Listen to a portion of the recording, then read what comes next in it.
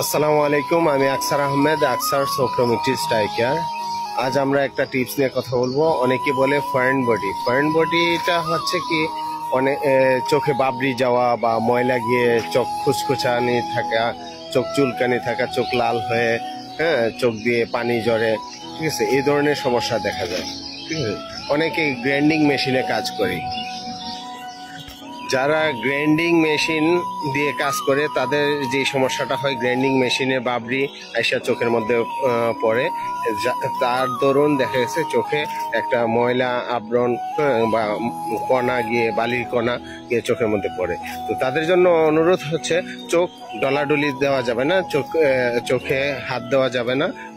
চোখে পানি দিয়ে, যদি পানি জাপটা দিয়ে এসে ময়লাটা বাহির করা যায় তাহলে ভালো।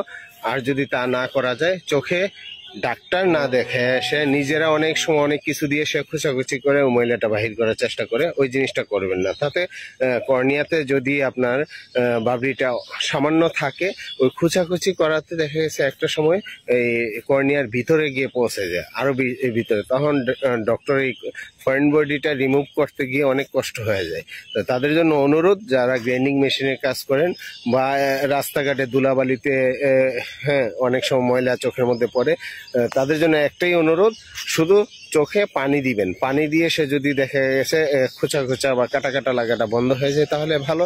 আর যদি না বন্ধ হয় তাহলে আপনার নিকটবর্তী যে চোখের ডক্টর আছেন তার কাছে যাবেন, সেই আপনার ফরেন বডিটা রিমুভ করে দিবে।